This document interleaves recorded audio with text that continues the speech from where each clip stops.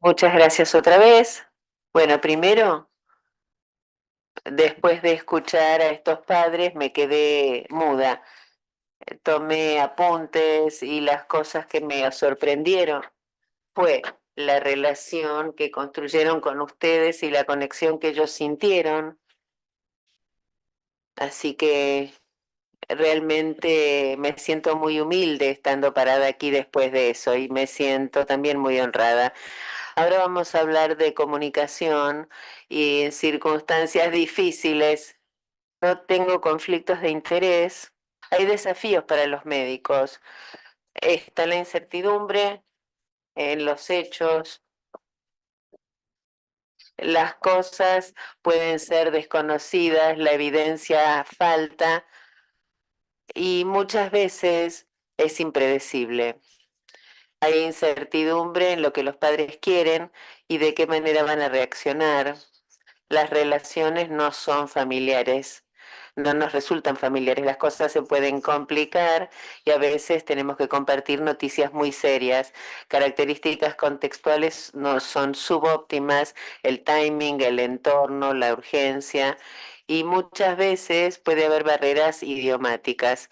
Y nosotros traemos nuestra propia incomodidad y nuestros propios sesgos a la situación. Las cosas para los padres no son más fáciles, tienen emociones abrumadoras, dicen cosas como estaba en una especie de niebla y no me acuerdo. Estás en una crisis de padre, como padres, yo no tenía nada para mostrarle y yo era la madre y yo estaba a su lado, pero no podía hacer mucho por él. La incertidumbre y en la experiencia es como andar en una montaña rusa y no podemos saber qué va a pasar cuando esos niños tengan 7 u 8 años y cómo van a pasar su vida. Hay también carencia de conocimiento médico. Las palabras del médico son cada vez más grandes y más grandes y más grandes. Y también están luchando por conservar la esperanza. No quieren escuchar toda la información negativa, solo información negativa. Quieren realismo y quieren esperanza. Sabemos que estas emociones son realmente un desafío para los padres. Este estudio analizó si los padres escuchaban el diagnóstico con depresión, con ansiedad, 2 semanas, cada 2 semanas después del nacimiento. Y lo que muestra es que el padre o la madre va a cumplir los criterios de la ansiedad clínica y la depresión clínica cuando uno habla con ellos, hasta por lo menos 12 semanas después del nacimiento. Este estudio analizó las alteraciones en los roles parentales. Hay una escala que se llama Parent Stress Scale que se usó en muchos estudios. Y esta revisión sistemática analizó todos los estudios de todos estos países. Las barras rosas son el estrés que tienen los padres por estos roles parentales alterados. La amarilla es de las visiones y los oídos y la azul es de la aparición y en cada uno de los países donde hay roles parentales alterados es significativo. En Suecia es lo menor, pero en todos los otros países la barra rosa es alta. En parte es independiente de cómo está el bebé, o sea, si uno tiene una familia que es separada de su hijo por algo que para ustedes es, entre comillas, rutina, como por ejemplo que no es una sepsis, los padres pueden tener tanto estrés por los cambios en sus expectativas como un padre que tiene a un niño o un hijo en un respirador. Sabemos que la incertidumbre cambia durante la internación en la UCIN y está relacionada con las emociones, este rol parental y su identidad. Así que al comienzo la experiencia de los padres es el shock, tienen miedo, están abrumados, no saben si se sienten como padre, no saben qué va a pasar con el bebé, no saben dónde están y necesitan comunicación que los pueda ayudar a orientarlos. Y no saben quién es usted como médico, a lo mejor no lo conocieron antes La siguiente fase es algo que los autores llaman los días grises. Acá es donde pueden sentirse frustrados, especialmente cuando hay información conflictiva. Y acá es donde pueden perder la confianza si las líneas de comunicación no están abiertas. Pueden estar empezando a sentirse como un padre, pero todavía no llegaron ahí. Y la última fase es la aceptación de la incertidumbre. Y eso puede estar marcado por la esperanza. Y acá es donde pueden sentirse empoderados como padres y convertirse en un socio adecuado de los profesionales para la toma de decisiones. Sabemos que cuando han analizado todos los estudios que hablan de la satisfacción parental, las cosas aparecen de manera repetida. El profesional o los profesionales que no estaban disponibles para hablar, el uso de un lenguaje médico excesivo que los padres no entendían y la inconsistencia de los mensajes entre los distintos profesionales. La experiencia de Leucin tiene este aspecto. Son emociones combinadas con los roles parentales ambiguos, combinados con la incertidumbre, con la falta de familiaridad, con la carencia de conocimiento médico, información inconsistente y la lucha por la esperanza. Nuestra tarea es ayudar a desarmar este enredo para poder tener una comunicación eficaz. Hay muchos modelos para hacerlo, cómo hacer para transmitir información difícil, tener comunicación a diario. No voy a entrar en cada uno de ellos, pero lo que tenemos que reconocer es que la comunicación no es solo las palabras que decimos, sino que es un proceso que empieza, se mantiene y termina con las relaciones. Podemos tomar esta pelota de estrés y lamento que los slides aparezcan así. Podemos usar la comunicación y después ayudar a los padres. Y en el centro está la relación entre el médico y el padre. Nuestra tarea es escuchar a los padres, empoderar su acción parental y tratar de dejar de lado la incertidumbre, usar un lenguaje claro, encontrarse con ellos con frecuencia, permitir la esperanza y que los mensajes sean claros y consistentes. La comunicación es el procedimiento más común en la medicina. Cuando se han hecho revisiones sistemáticas de la literatura, comunicación es lo que determina la satisfacción con la atención y el bienestar parental. De hecho, cuando tenemos relaciones difíciles con nuestros pacientes, la intervención número uno es la comunicación. Esa es la solución. En este gráfico analizaron las distintas intervenciones.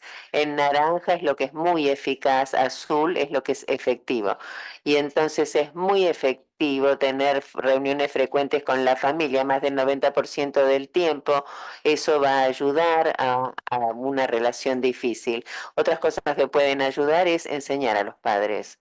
Los padres en recorridos, también registros. Esto hace que los padres se sientan parte del equipo y mejora las relaciones. Cuando les preguntamos a los padres por qué debemos comunicarnos, y este fue una revisión sistemática de la literatura, lo primero que dicen es, está ahí para poder construir relaciones. Después de eso podemos hablar del intercambio de información, después de eso podemos empoderar a los padres y después pueden ayudar a a tomar decisiones, pero si esa relación no existe, todo lo demás no puede ocurrir. Entonces, ¿cómo usamos la comunicación para ayudar a construir relaciones? A través de la empatía y de la confianza. Escuchamos mucho sobre la empatía esta mañana. La empatía también es nosotros pudiendo leer al padre, usando su comunicación verbal para saber cuándo están sufriendo, cuándo necesitan apoyo. Hubo un estudio que analizó simulaciones como manera de enseñar la comunicación y una de las respuestas de los estudiantes fue que cuando yo miro a las madres y a la respuesta de los pacientes en cuanto a lo que yo decía, podía entender lo que escuchaban, o sea que no es solo nuestra comunicación verbal, sino también la del paciente. Este es un ejemplo de empatía. El paciente dice, el doctor dijo que era touch and go, o sea, el médico dice sí, el paciente dice, bueno, y chao. Y el médico dice, bueno, ¿cómo estuviste? ¿Cómo te sentiste respecto de esto? Y el paciente dice, bueno, me pone triste. Y el médico dice, bueno, solo el hecho de verla y ver que sufre durante tanto tiempo. En este estudio estudiaron qué decimos en nuestras respuestas empáticas o quizás no brindamos respuestas empáticas. Y lo que encontraron fue que si nosotros respondemos a las emociones de manera empática, con una respuesta afectiva, facilita que el paciente hable de sus emociones, pero si usamos una respuesta cognitiva, cierra la puerta. Por ejemplo, aquí el padre dice, simplemente tenemos que enfrentar esto y llora. Y el médico dice, es muy, muy doloroso, me puedo imaginar.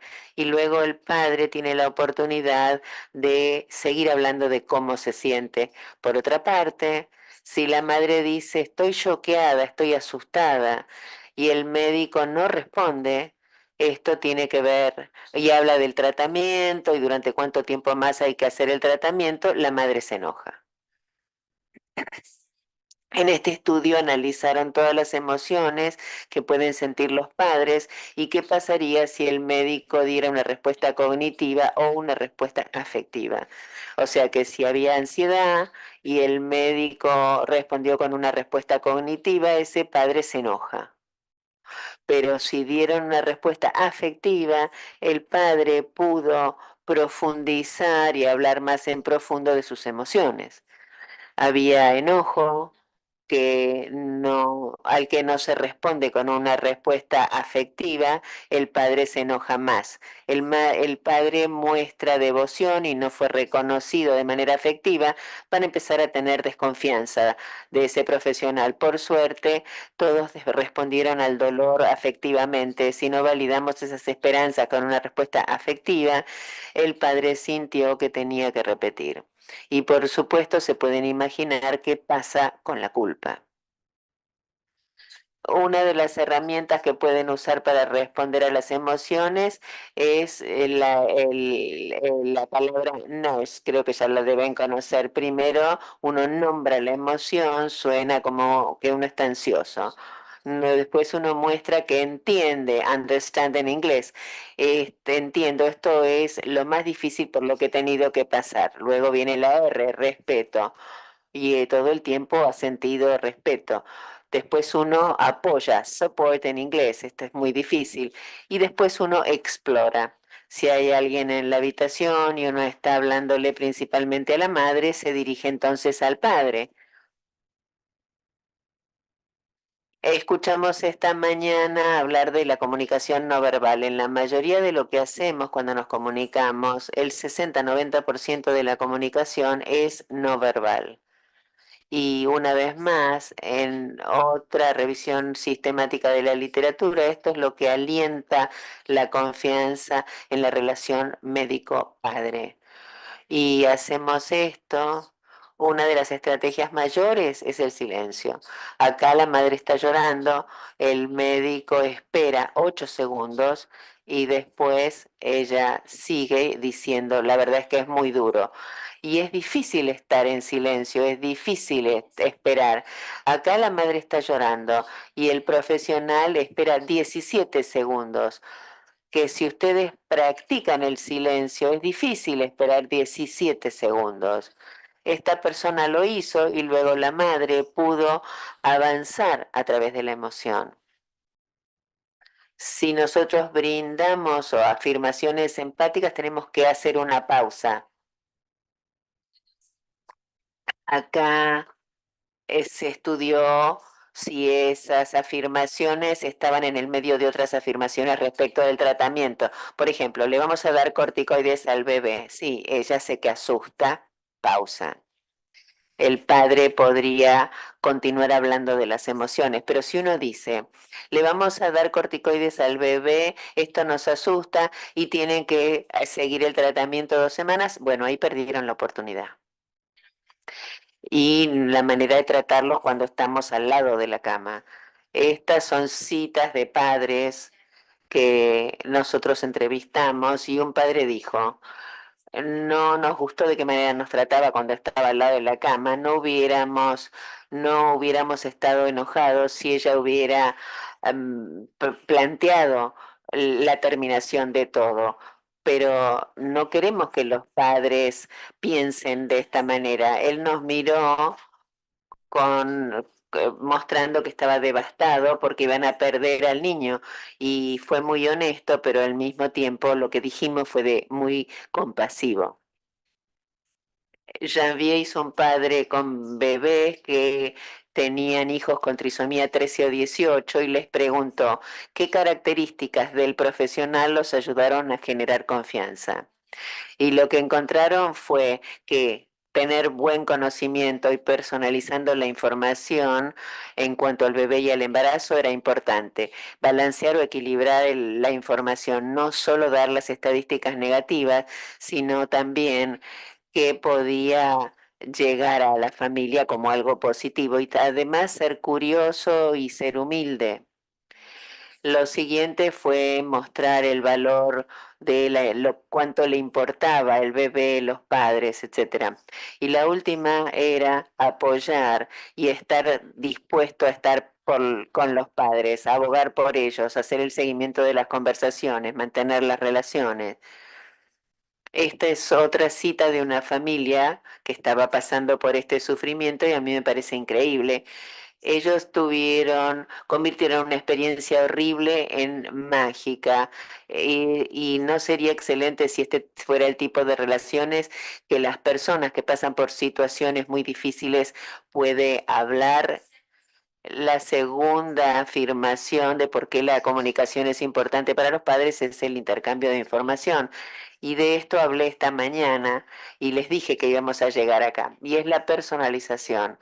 Esto le presta mucha atención a las estadísticas, pero también a la construcción de esa relación.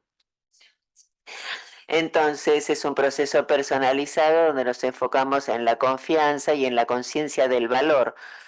No es una lista estandarizada de estadísticas y de resultados.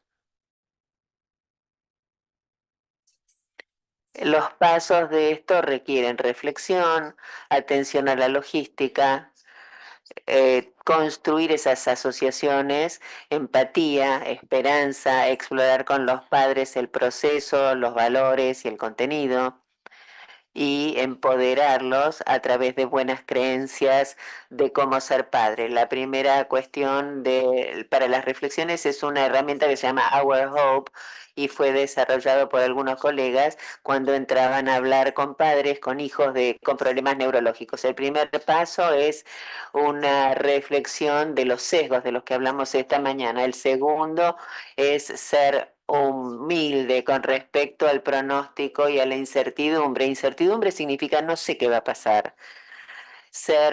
Tener una mente abierta a lo que dicen los padres, no decir, pensamos que este es un resultado horrible, sino que tenemos que estar abiertos, personalizar esas relaciones o esas asociaciones y engancharse con los padres.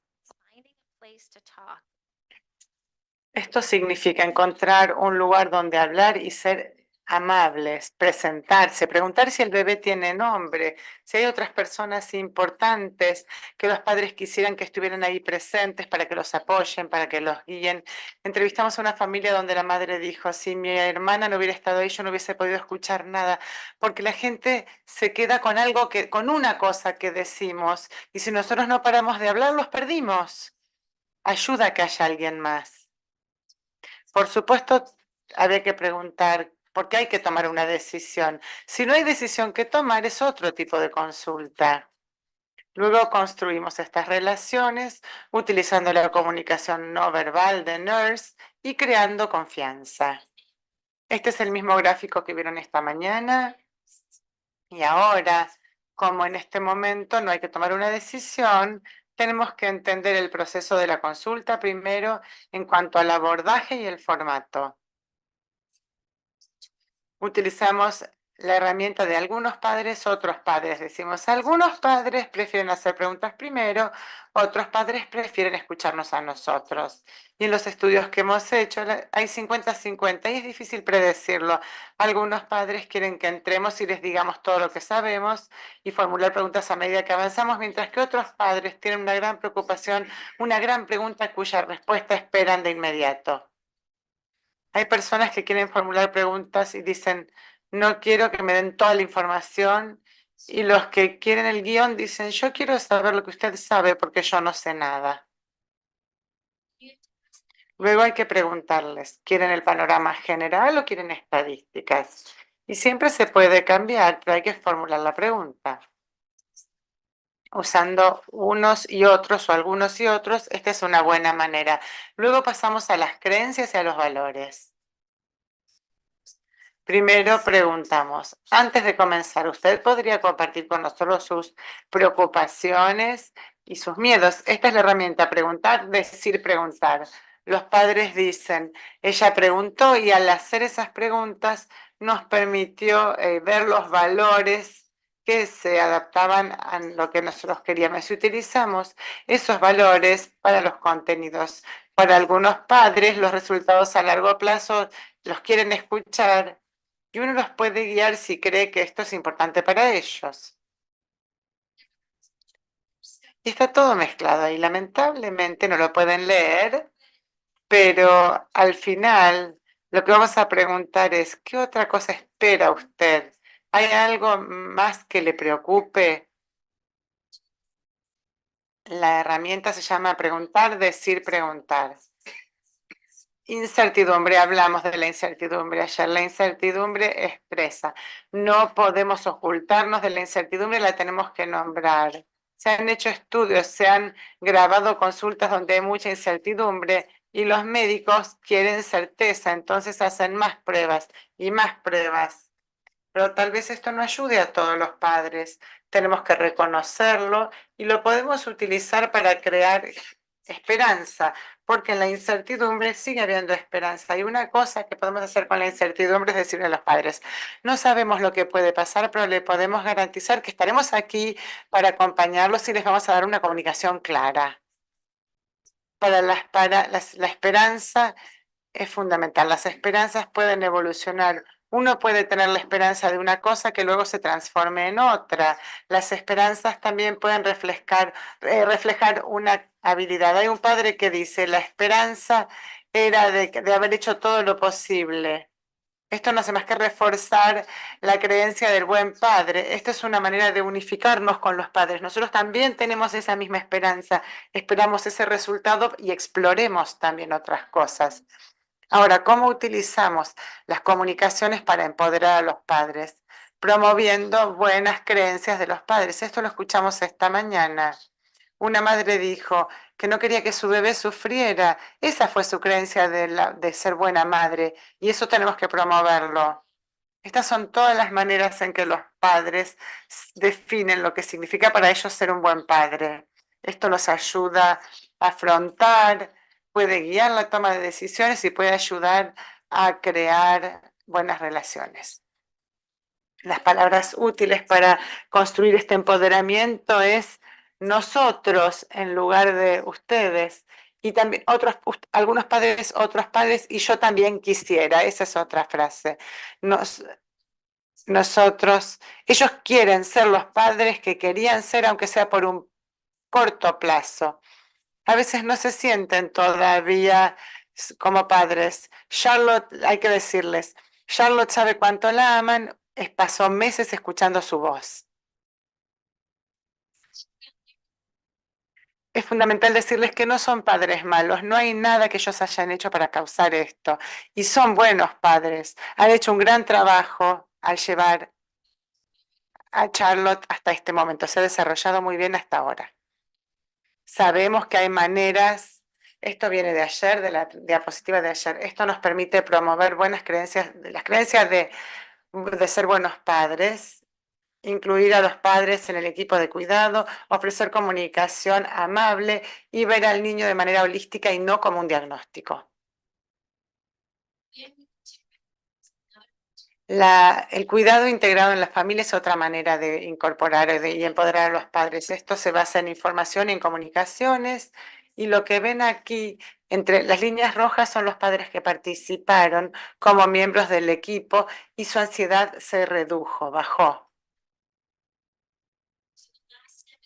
El último paso es cuando hay que tomar decisiones, cómo personalizarlo. Y de eso hablamos esta mañana, así que lo vamos a ver un poco más rápido. Utilizar esto de ahora enfrentamos una dificultad, una decisión difícil, como se dijo antes. Valorar la conciencia, que los padres sepan que no tienen que seguir el mismo proceso que los demás. Ellos pueden definir para ellos de qué manera quieren ellos tomar la decisión. Si quieren seguir una decisión emocional, si quieren medir beneficios y riesgos, todo está bien. Tenemos que saber cómo quieren tomar decisiones los padres de Charlotte y cuáles son sus valores para poder nosotros compartir la información que ellos necesitan. Queremos explorar sus roles y cómo quieren tomar la decisión en cuanto al proceso y sabiendo que se puede tomar decisiones de manera heurística o racional. Así podemos ayudarlos a ellos. Una vez que han entendido sus preferencias, podrán ellos decidir de qué manera quieren tomar la decisión y los podemos apoyar en eso. Ahora llegamos al punto en que Charlotte está muy grave. Esto es lo que piensan los médicos. Los padres nos esperan en la sala. El radiólogo nos dijo que la radiografía está muy mal. Nos quedamos sin esperanza. ¿Qué les vamos a decir a los padres? Los médicos pueden estar preocupados acerca del sufrimiento emocional que esto va a desencadenar en los padres. No quieren quitarles la esperanza, pero hay cierta incertidumbre y están muy preocupados. Una vez más, como escuchamos esta mañana, la sinceridad, como escuchamos recién en la tarde, la sinceridad es tan importante. Nuestra responsabilidad es para con el bebé y es importante que los padres tengan la información que nosotros tenemos para que ellos puedan tomar decisiones y para que puedan tomar decisiones que resuenen con sus creencias de buen padre, de buenos padres. Al darles la información sincera, esto aumenta la confianza. Entonces, vamos a ver cómo sale todo esto. Podemos utilizar el modelo Our Hope, ver los sesgos, ser abiertos, encontrar un buen lugar, un momento, asegurarnos de que haya otras personas, las personas que deban estar.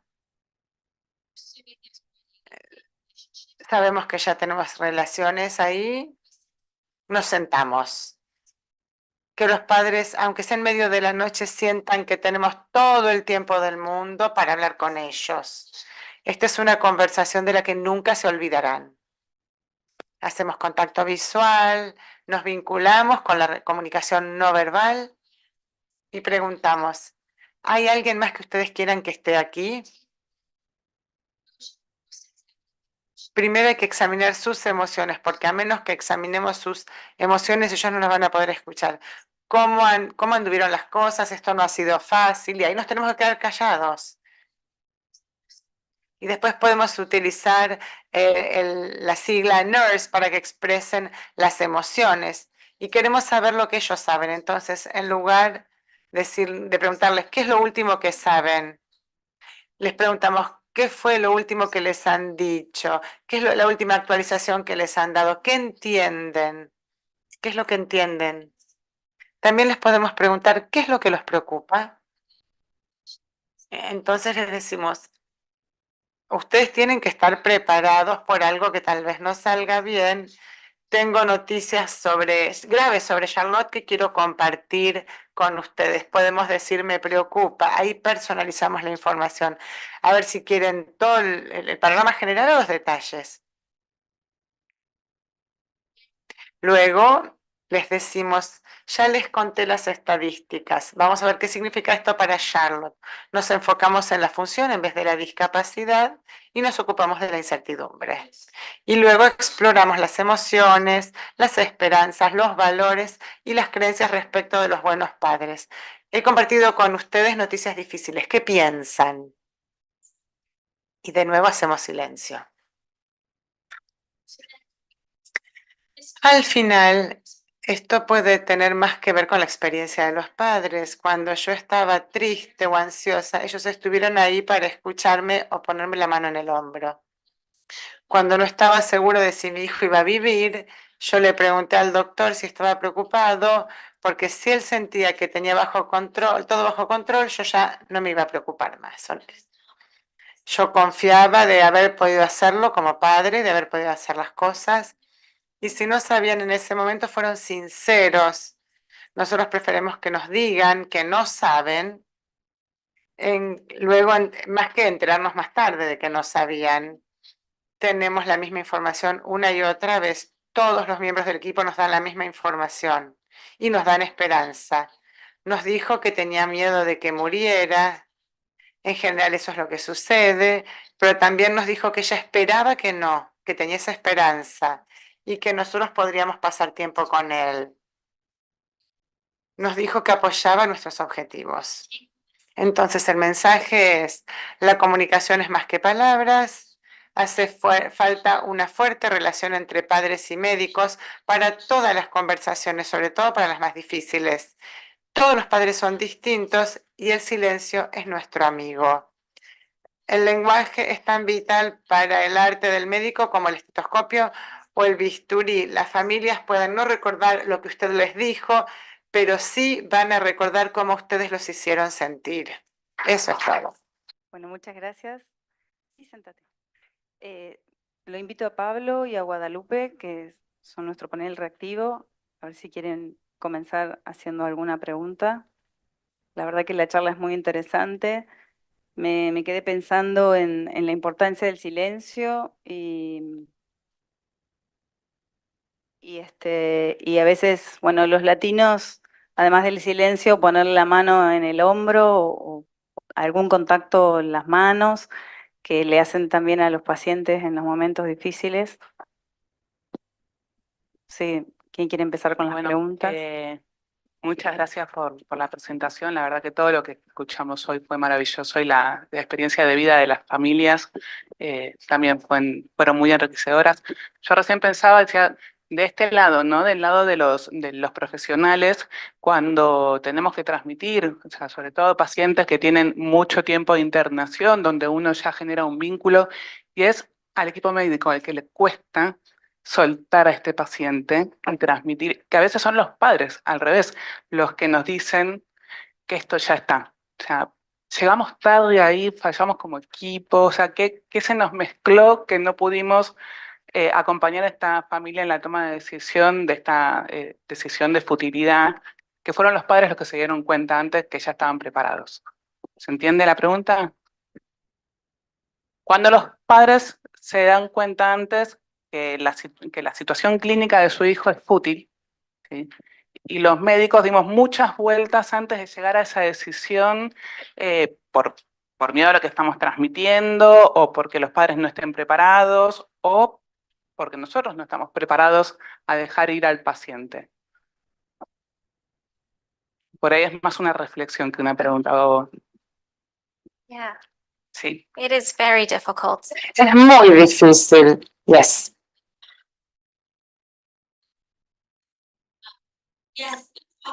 A menudo los padres ya saben si el niño está muy enfermo y nosotros estamos muy nerviosos y muy preocupados y estresados por tener esta conversión con los padres a veces ya lo saben, ya se han dado cuenta. Hay un estudio que se hizo,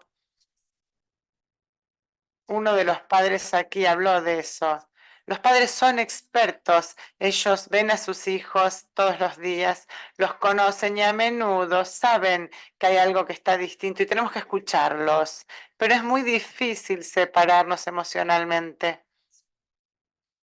Y esto también me sucede a mí, es muy difícil. Es una buena reflexión, sí, sí.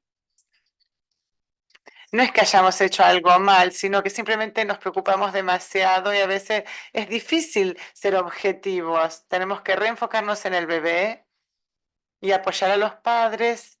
Y es ahí donde está la transición de la esperanza y entender cuál es la esperanza de los padres y tener el coraje de reconocer cuando ya no se puede lograr alcanzar esa esperanza.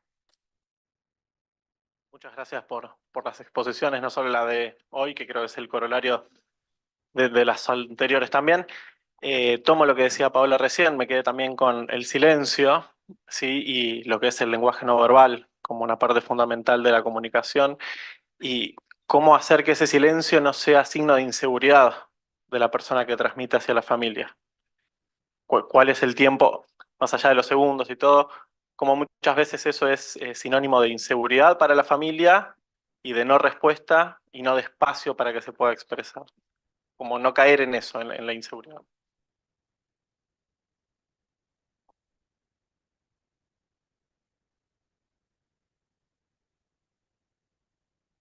Well, you provide Les ofrecemos el silencio después de explorar una emoción en los padres y yo creo que si el lenguaje corporal, si ustedes se inclinan hacia adelante, si mantienen el contacto visual, eso les comunica su preocupación, mientras que si uno tiene inseguridad, uno se reclina hacia atrás. Yo creo que eso se puede transmitir con el lenguaje corporal y también podemos decir, ¿hay algo más que los preocupe?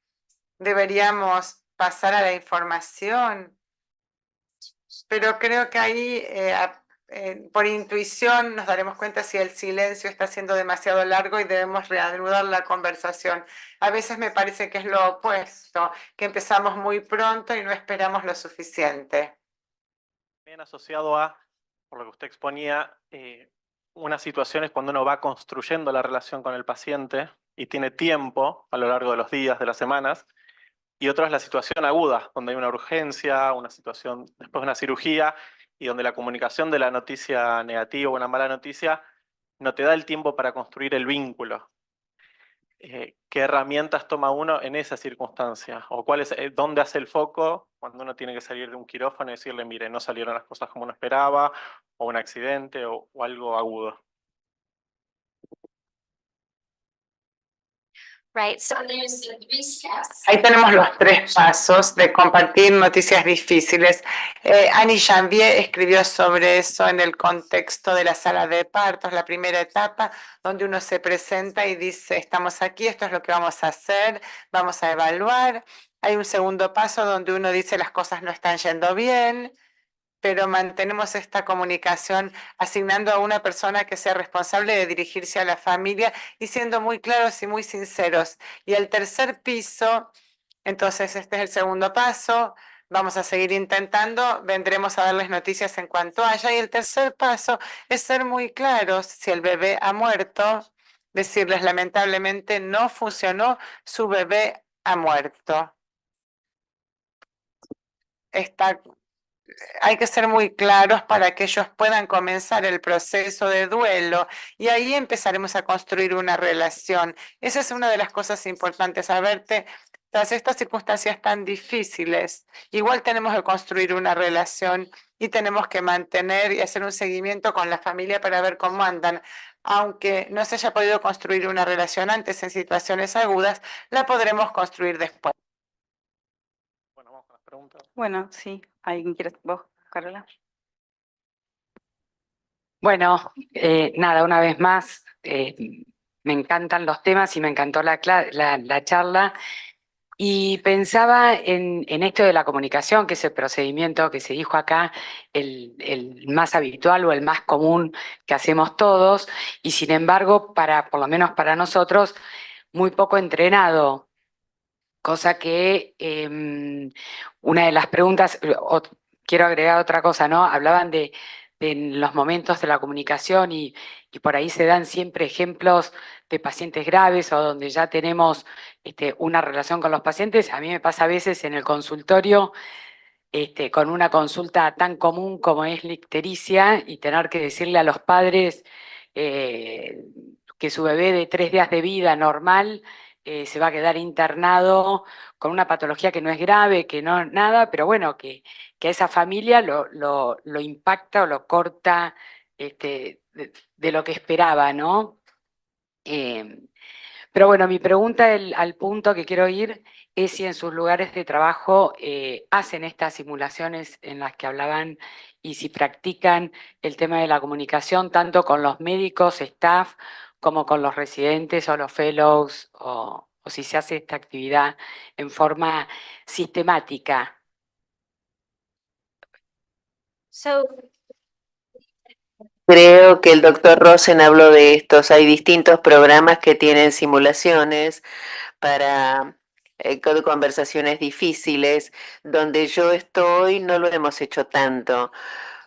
Si bien hay espacio para hacerlo, hay también Medical Improv, puedo mandarles algunos artículos al respecto, eso se ha hecho. Pero cuando hablaban de la ictericia, lo que me imaginé es que para nosotros es algo habitual, para los padres es totalmente diferente de lo que esperaban que tuviera su bebé. Ellos esperaban que el bebé estuviera en la habitación con ellos, y ahora los estamos separando y tampoco lo pueden amamantar. O sea que ese cambio en la expectativa parental es un cambio enorme y es normal que sientan emociones. Así que igual tenemos que ver de qué manera lo aceptan o cómo lo viven con esa y explorar sus emociones y también estar listos para que esos padres estén muy enojados. Acá, perdón, pero primero habían pedido acá.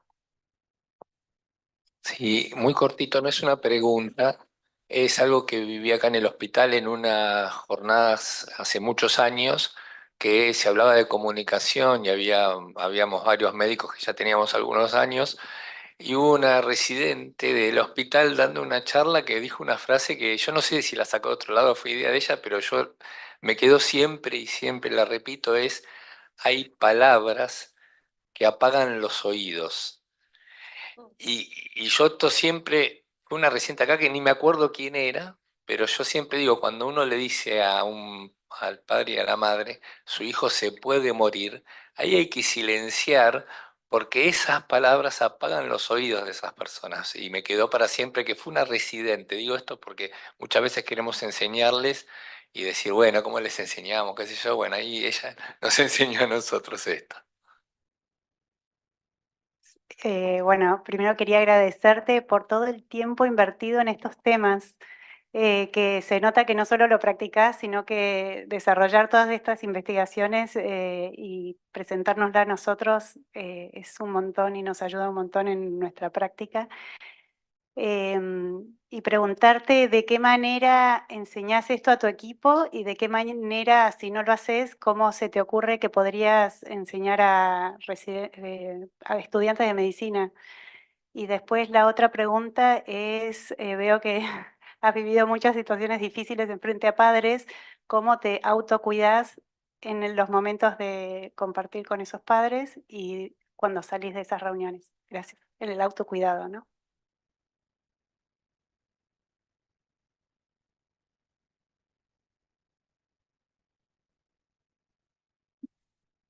Bueno, primero, creo que nosotros aprendemos de los padres, o sea que lo primero que yo le diría a cualquier estudiante de medicina o residente es, cada experiencia que tienes con un padre te va a enseñar algo.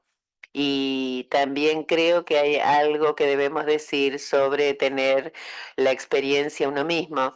Después de tener experiencias uno mismo, uno entiende la comunicación médica de manera diferente. O sea que yo le diría a los estudiantes y los residentes, pensá como si fuera tu madre o tu hijo, si fueras vos quien necesita esa información. Y a veces no les resuena hasta que no tienen la experiencia ellos mismos. Por eso creo que improvisación médica es una manera de hacerlo, o sea, y no tener actores, sino que los estudiantes mismos lo hagan.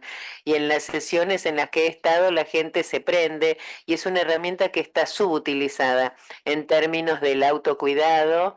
Bueno, eso realmente es difícil. Yo he llorado con gente y está bien que uno muestre las emociones.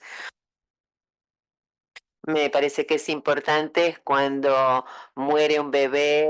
Yo he ido a los funerales porque me parece que el cierre para nosotros debe no solo estar en el funeral, sino también hacer un seguimiento después y después hacer el debriefing con el personal, porque he ido a los funerales con otras enfermeras que habían estado cuidando al bebé. Así que me parece que permitir que esa relación continúe con el bebé y con la familia es importante, pero de otra cosa respecto del autocuidado, no sé.